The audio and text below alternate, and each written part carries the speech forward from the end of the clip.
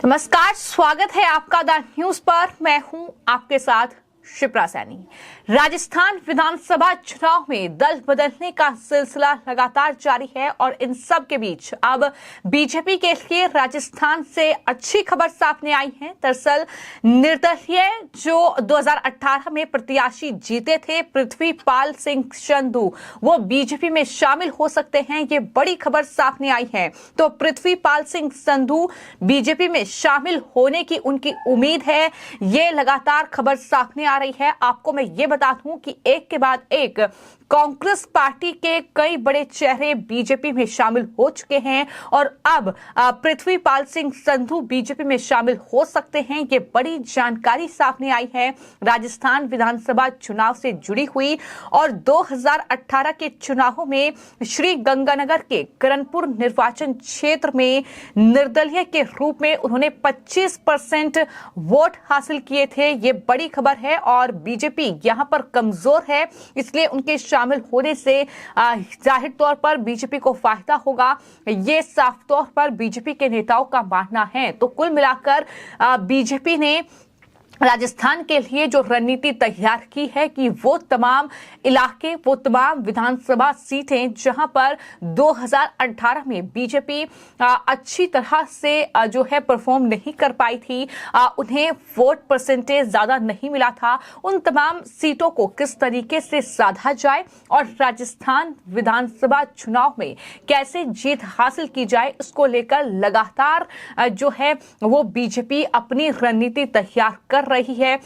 चुनाव में बेहद कम वक्त बचा है और इन सब के बीच ये बड़ी जानकारी सामने आई है कि पृथ्वीपाल सिंह संधू अब बीजेपी में शामिल हो सकते हैं।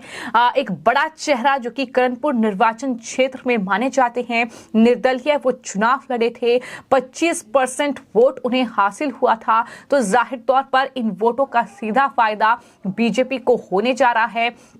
राजस्थान में चूंकि मौजूदा वक्त में कांग्रेस पार्टी सत्ता में है, गहलोत वहां पर मुख्यमंत्री हैं, तो ऐसे में हर एक फैक्टर को बीजेपी पूरी तरीके से देख रही है, फिर चाहे वो दरअसल वहां पर प्रियंका वाड्रा गांधी आज राजस्थान आ रही हैं।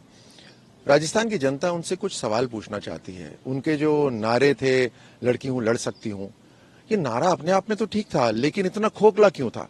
ये गिद्ध राजनीति क्यों करती हैं? वो भी महिलाओं के इशू के ऊपर, दुष्कर्म के ऊपर, अपराध के ऊपर गिद्ध राजनीति क्यों? बाकी राज्यों में तो उनकी पैनी नजर अलग अलग इश्यूज को ढूंढ लेती है, लेकिन राजस्थान के अंदर 35,000 महिलाओं के साथ दुष्कर्म हुआ है। 35,000 महिलाओं के साथ दुष्कर्म, लेकिन एक भी पीड़िता के घर नहीं गई हैं, एक भी पीड़िता के लिए एक बयान नहीं आया है। ये किस तरह की गिद्ध राजनीति है? और महिला अपराधों को इतना हल्के में लिया जा रहा है, उसको पॉलिटिसाइज करा जा रहा है। 2 लाख महिलाएं हैं जिनके ऊपर अपराध हुए हैं, ऑल सॉर्ट्स ऑफ अब्यूजेस जो हैं, लेकिन एक बयान नहीं आया।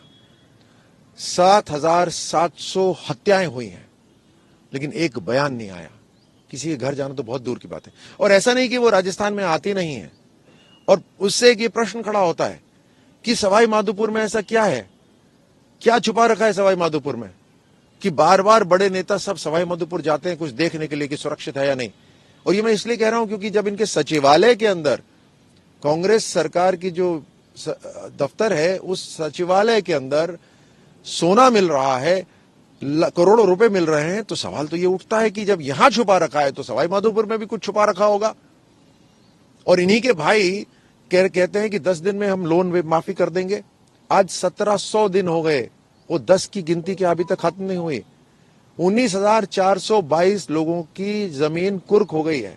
350 किसानों ने आत्महत्या कर ली है, लेकिन इनके ऊपर जो भी नहीं रहेंगे, कोई असर ही नहीं हुआ।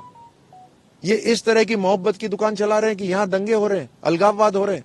अब मैं आपको नाम सुनाता हूं, कन्हैया लाल तेली, हरीश जाटव, योगेश जाटव, योगेंद्र जाटव, कृष्ण वाल्मीकि, रतनलाल सोनी, आदर्श तापड़िया, चिरंजीव लाल सैनी, ये सब जिहादी मानसिकता के शिकार हैं। छोड़ दिया इनको, भूल गए इनको। ये तो केवल उदाहरण है, और जिहादियों ने मारा है इनको। तो तुष्टीकरण की राजनीति क्यों हो रही है यहाँ पे? क्यों इनको जस्टिस नहीं मिल रहा? तो अनेकों ऐसे केसेस हैं राजस्थान के अंदर कि ये आकर खोखली बातें करके चले जाते हैं जो पुरानी बातें हैं। और ये मेरे कोई आरोप नहीं है, ये फैक्चुअल इंफॉर्मेशन है जो राजस्थान की सरकार, कांग्रेस की सरकार ने ही साझा करी है और उनके भी फैक्चुअल बयान है। वो जहां जहां गई हैं वो भी फैक्चुअल है।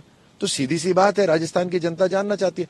आरपीएससी रिक्रूटमेंट एजेंसी जो है, उस रिक्रूटमेंट एजेंसी के अंदर जो पॉलिटिकल नियुक्ति हुई है, जैसे बाबूलाल कटारा और अनेक लोग, वो खुद 18-18 लाख रुपए मांग रहे हैं। आप सबके चैनल्स में आया, आप सबके अखबार में आया, उन्होंने बोल भी दिया अगर मैं मुंह खोलूंगा तो बड़े बड़े लोग पकड़े जाएंगे। तो अभी तक पकड़ा क्यों नहीं गया कोई भी? क्योंकि तहकीकात राज्य सरकार कर रही है। सीबीआई को राजस्थान में आने के लिए बंद कर दिया।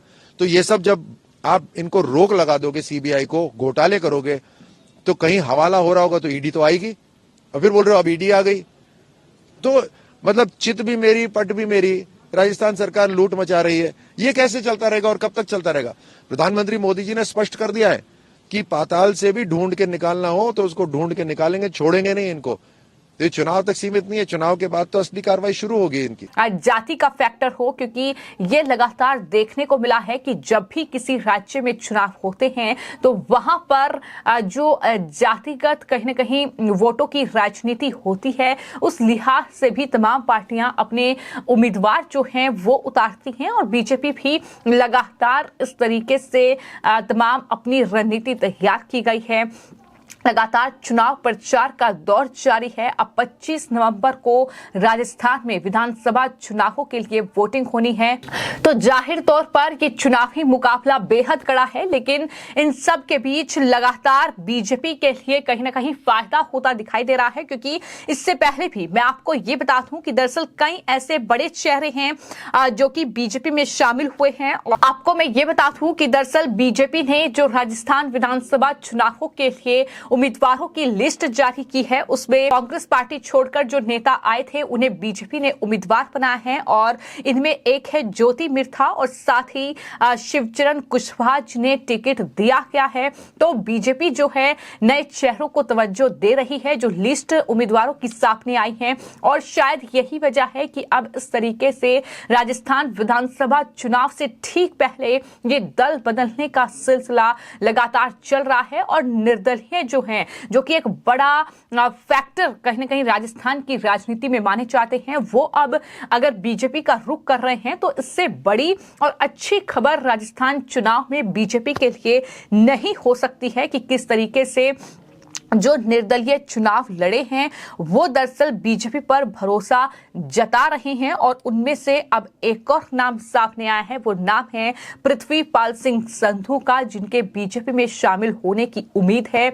और 25 नवंबर को चुनाव है, उससे पहले हम देख सकते हैं कि वो दरअसल बीजेपी में शामिल हो जाएं। तो इस तरीके से जाहिर तौर पर वो उस इलाके से आते हैं जहां पर बीजेपी की स्थिति उतनी मजबूत नहीं है। तो ऐसे में ये निश्चित तौर पर पार्टी के लिए बड़ा फायदा है। लेकिन मैं आपको साथ ही यह भी बता दूं कि जिस तरीके से लगातार प्रियंका गांधी वाड्रा राजस्थान में चुनाव प्रचार कर रही है, अब उनके चुनाव प्रचार को लेकर लगातार जो बीजेपी है वो कांग्रेस पार्टी और प्रियंका गांधी वाड्रा पर हमलावर नजर आ रही है।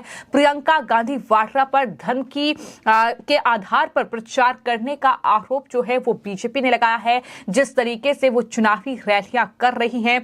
और आपको मैं ये भी बता दूं कि बीजेपी ने चुनाव आयोग में शिकायत भी प्रियंका गांधी के खिलाफ दर्ज कराई है। तो इस तरीके से लगातार जो आरोप प्रत्यारोप का दौर है, जो जुबानी हमले हैं, वो दोनों ही पार्टियों के बीच तेज हो रहे हैं। लेकिन प्रियंका गांधी वाड्रा खासतौर पर घिरी हुई हैं, क्योंकि बीजेपी के नेता एक तरफ ये कह रहे हैं कि प्रियंका गांधी वाड्रा धर्म के आधार पर चुनाव प्रचार कर रही है, तो दूसरी तरफ मैं आपको ये भी बता दूं कि दरअसल जो तमाम बीजेपी के नेता हैं वो लगातार ये भी कह रहे हैं कि राजस्थान वो राज्य है जहां पर महिलाओं पर सबसे ज्यादा अत्याचार हुआ है, उनके साथ बलात्कार की घटनाएं हुई हैं, उनके साथ मारपीट की घटनाएं हुई हैं, यौन शोषण के मामले सामने आए हैं, लेकिन प्रियंका गांधी वाड्रा का लड़की हूं लड़ सकती हूं वाला जो नारा था वो राजस्थान में उसकी गूंज क्यों नहीं सुनाई दे रही है? आखिर वहां पर महिलाओं का दर्द जो है वो प्रियंका गांधी वाड्रा क्यों नहीं समझ रही है? क्योंकि कांग्रेस पार्टी का जो शासन है वो राजस्थान में है, गहलोत वहां के मुख्यमंत्री हैं, तो बीजेपी अलग अलग मुद्दों को लेकर लगातार इन चुनाव में कांग्रेस पार्टी को घेर रही है और राजस्थान में खासतौर पर ये चुनावी हमले जो हैं वो लगातार तेज हो रहे हैं। लेकिन इन सब के बीच ये बड़ी और अच्छी खबर जो है राजस्थान से सामने आई है, जहां पर एक निर्दलीय जो 2018 में विधानसभा का चुनाव लड़ा और 25% वोट हासिल किए, नाम है पृथ्वीपाल सिंह संधू, जो कि बीजेपी में शामिल हो सकते हैं। और ये चुनाव से ठीक पहले बीजेपी के लिए एक बहुत बड़ी और अच्छी खबर है। लेकिन इसी के साथ कांग्रेस पार्टी के लिए ये एक और बड़ा झटका माना जा रहा है। फिलहाल आपकी इस पूरे मामले को लेकर क्या राय है, हमें कमेंट बॉक्स में जरूर लिखें। धन्यवाद।